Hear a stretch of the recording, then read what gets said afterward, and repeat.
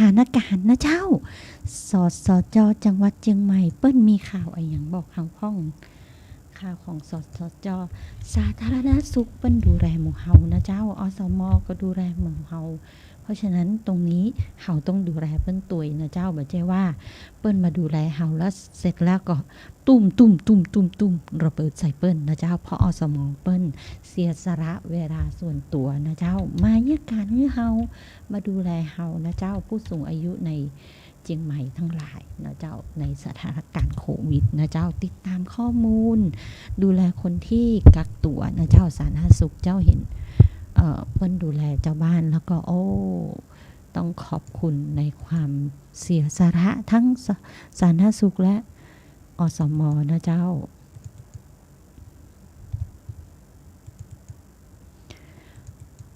โควิดเชียงใหม่ตอนนี้นะเจ้าเกิดอะไรอย่างขึ้นทำไมไม่เข้าพระอาจารย์เมาส์ไม่คลิกไม่เข้าเว็บก็คือโควิดตอนนี้สันทรายนะเจ้าไปที่สันทรายแล้วไปที่ไหนแฮม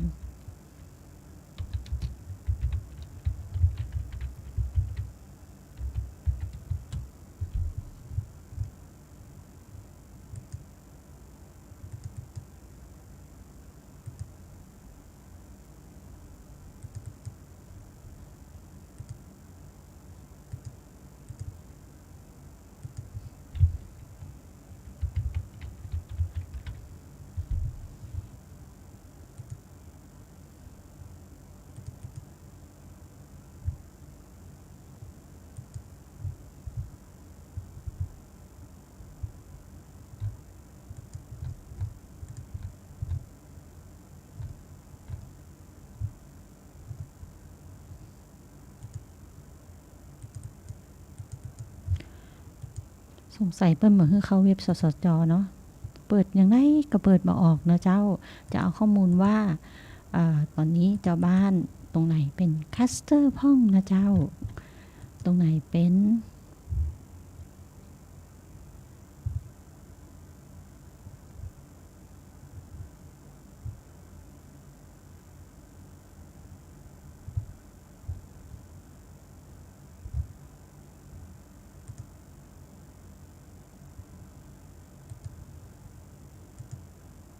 มาละเจ้าพอดีเว็บจ้าหน่อยนะเจ้าเชียงใหม่ขึ้น100 กว่าเลยนะเจ้าคลัสเตอร์ทั้งหลายแต่ว่านี้ผู้ติดเชื้อ177 รายนะเจ้าวันอาทิตย์ที่แล้วนี่นะเจ้าผู้ติดเชื้ออยู่แค่80 กว่าราย70 กว่ารายเสาร์70 กว่ารายวันอาทิตย์80 กว่ารายแต่ว่าเสาร์นี้ขึ้นเป็น177 รายนะเจ้า177 รายนี้ยอดสะสมมาตั้งแต่เดือนเมษารวมถึงหมด 8,299 รายที่รักษาหายไปแล้วนะเจ้าแต่ยอดรวมจริงๆ 9,402 รายรักษาหายไปแล้ว 8,299 รายนะเจ้าอยู่ระวังคัดกรอง108 รายและยอดสะสมตั้งแต่เมษาผู้เสียชีวิต40 รายแต่วันนี้มันมีผู้เสียชีวิตนะเจ้าผู้ติดเชื้อที่อยู่ในโรงพยาบาลเชียงใหม่399 รายนะเจ้าโรงพยาบาลสนาม8 รายนะเจ้าโรงพยาบาลรัฐ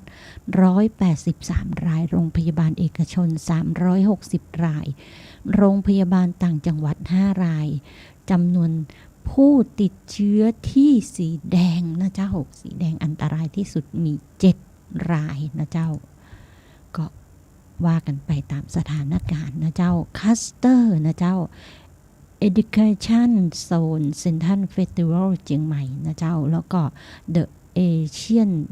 Taekwondo นะเจ้า Taekwondo หรือเปล่า ทนายปออ่านผิดสุมานะเจ้าแม่สะกดภาษาอังกฤษแต่อีผิดก็อ่านง่ายๆคือเทควันโดนะเจ้าเอเชียนเทควันโดนะเจ้าในเซ็นทรัลเฟสติวัลเชียงใหม่2 ที่นะเจ้าที่เป็นคลัสเตอร์ระหว่างวันที่1 ถึง 6 ตุลานะเจ้าคือเขารับ การตรวจที่ศูนย์ประชุมนานาชาติหรือโรงพยาบาลทุกแห่งเพื่อสังเกตอาการ14วันนะเจ้ามาอันก็อยู่บ้านคืออสมมาช่วยกันตรวจนะเจ้าตรงนี้กักตัวไว้เลยเหมือนที่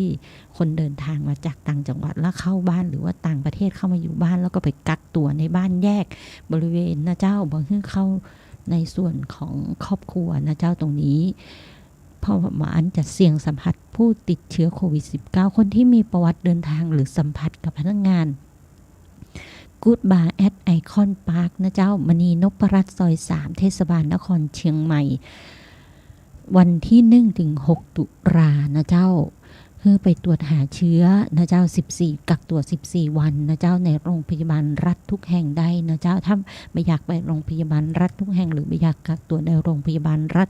ตู้ศูนย์ประชุมสินค้านานาชาตินะเจ้าเปิ้นตั้งไว้นะเจ้าแล้วพูดไปย่านร้านค้าย่านตลาดนวรัตน์กาดเจ๊กโอนะเจ้าร้านกำไรทองและร้านออมนะเจ้ากาดนวรัตน์ตรงไหนเอ่ยกาดเจ๊กโอร้านกำไรทองและร้านออมนะเจ้า14วันต้องเข้ากักตัวนะเจ้าระหว่างวันที่2ถึง4ตุลาที่ผ่านมานี่นะเจ้าตรงนี้คัสเตอร์ทุกท่านนะเจ้าแล้วก็ผู้ที่ไปสำนักงานก่อสร้างชลประทานสันโป่งแม่ริมนะเจ้าเชียงใหม่สำนักงานก่อสร้างชลประทานขนาดใหญ่ที่1ตำบลสันโป่งอำเภอแม่ริมจังหวัดเชียงใหม่วันที่30กันยาถึง4ตุลานะเจ้าเอามาเล่าให้หมู่เฮาฟังนะเจ้าว่าถ้าไปแล้วตั้งแต่วันที่30กันยาถึง4ตุลากรุณาตัวนะเจ้ากรุณาไปตรวจทุกโรงพยาบาลนะเจ้าเข้าไปเลยนะเจ้าใช้สิทธิ์บัตรที่ท่านมีอยู่ได้ทุกบัตรนะเจ้าหรือมาต้องจ่ายเงินเลยนะเจ้าตรงนี้แจ้งผู้ที่สัมผัสเสี่ยงที่ไปห้องเย็นกฤษดาแม่แฟกใหม่สันทรายเชียงใหม่นะเจ้าระหว่างวันที่26กันยาถึง4ตุลานะเจ้าถ้ามีอาการผิดปกติฟังไปหาหมอเลยนะเจ้าผู้สัมผัสติดเชื้อ19นะเจ้าร้านอาหารเม็กซิกันเดอะซันค่าคิทเช่นนะเจ้าระหว่างวันที่24กันยาถึง5ตุลานะเจ้า24กันยาถึง5ตุลาตรงนี้อย่าลืมไปนะเจ้าขอให้เขาตรวจหาเชื้อที่ศูนย์ประชุมหรือโรงพยาบาลทุกแห่งนะเจ้า Perfect Companion Group นะเจ้า Perfect บริษัท Perfect Companion Group จังหวัดเชียงใหม่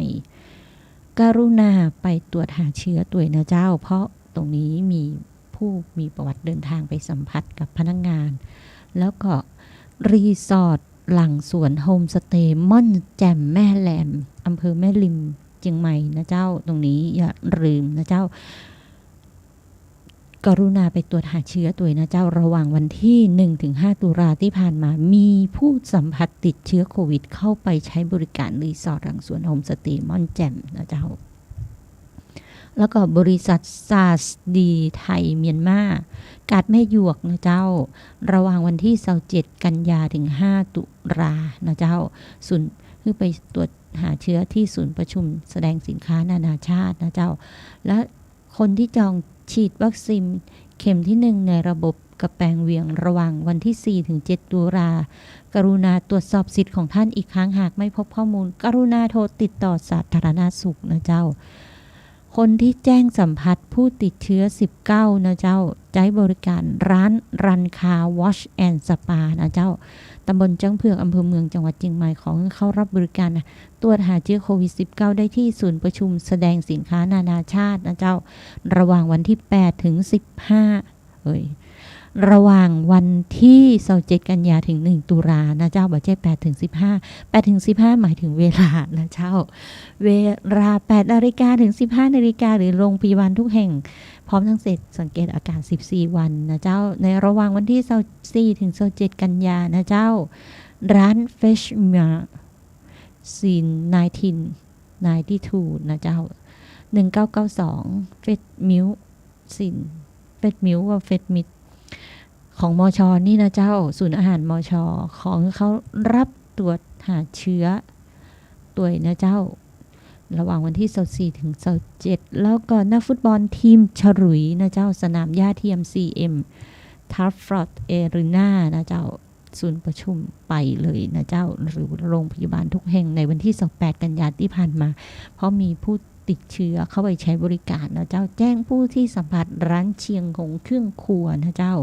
ถนนวิเชียรนนท์20ถึง28อย่าลืมเข้าไปนะเจ้าตรวจหาเชื้อสังเกตอาการ14วันหรือบอกอสมช่วยพอก็ได้นะเจ้าตรงนี้กักตัว14วันแล้วก็ร้าน SB สมใจขนส่งเชียงใหม่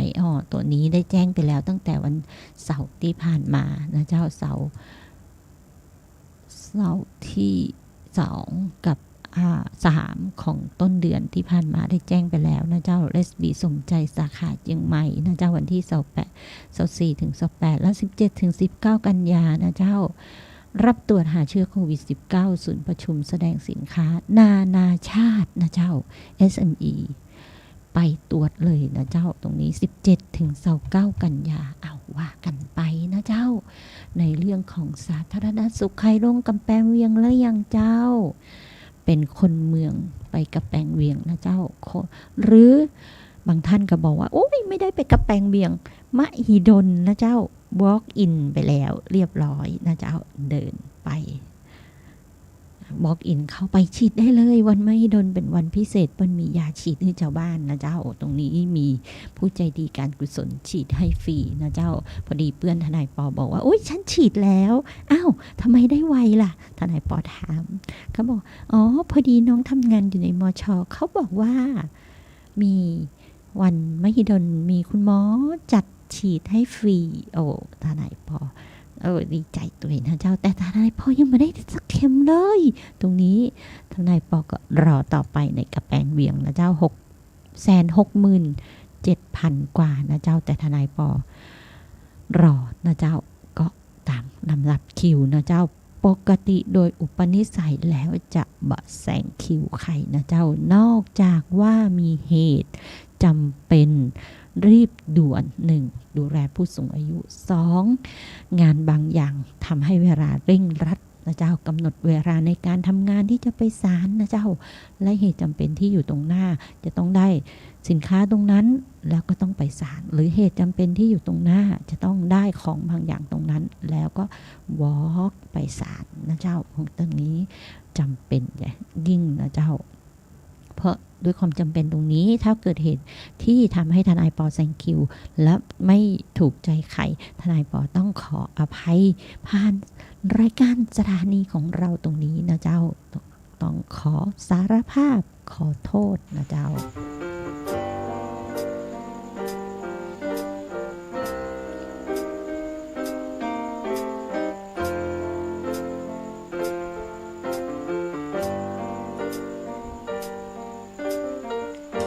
แค่เพียงสมมุติหยุดสวดอภิธรรมของช้ำหัวใจพระจะเป็นไข้ด้วยในความจริงสวดจบก็รับปัจจัยผลลัพธ์ที่ขาดสวดไป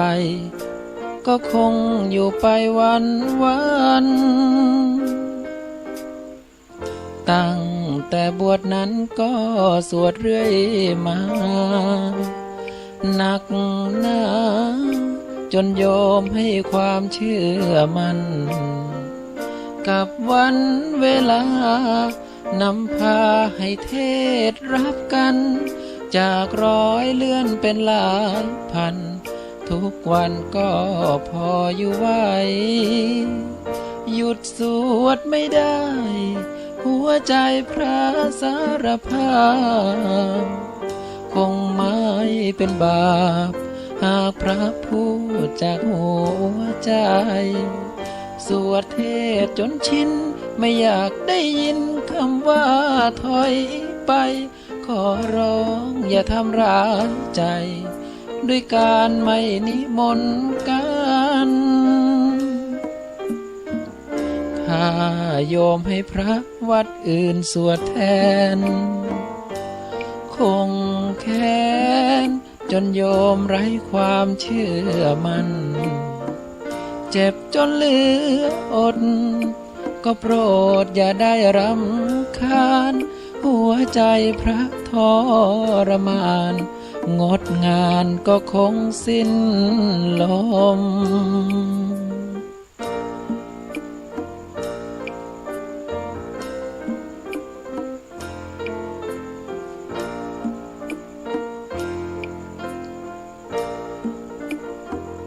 ขาดสวดไม่ได้ หัวใจพระสารภาพ คงไม่เป็นบาป หากพระพูดจากหัวใจ สวดเทศจนชินไม่อยากได้ยินคำว่าถอยไป ขอร้องอย่าทำร้ายใจ ด้วยการไม่นิมนต์กัน ถ้าโยมให้พระวัดอื่นสวดแทน คงแค้นจนโยมไร้ความเชื่อมัน่นเจ็บจนเหลืออด ก็โปรดอย่าได้รำคาญหัวใจพระทรมานงดงานก็คงสิ้นลม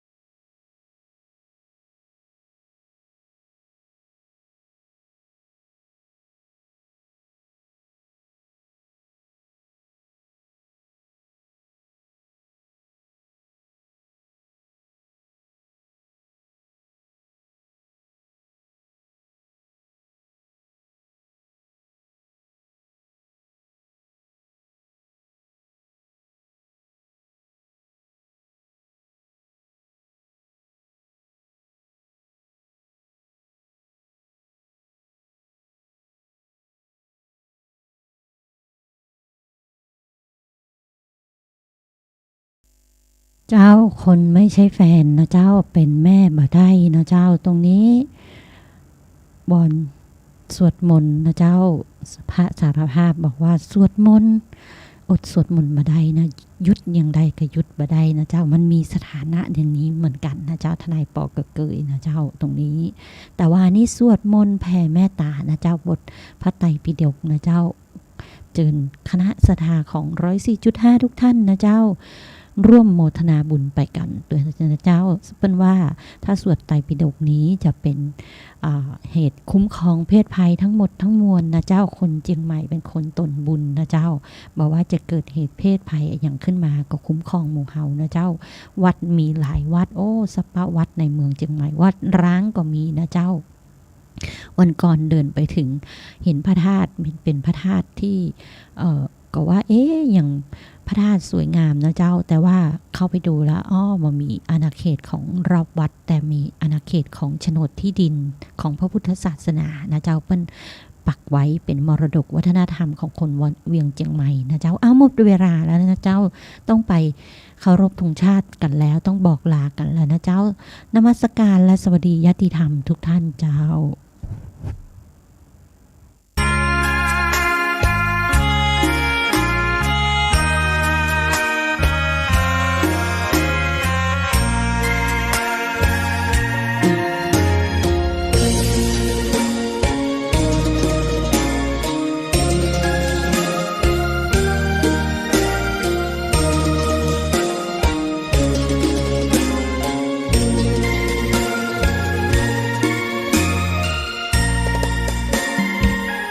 ดอกบัวดอกหนึ่ง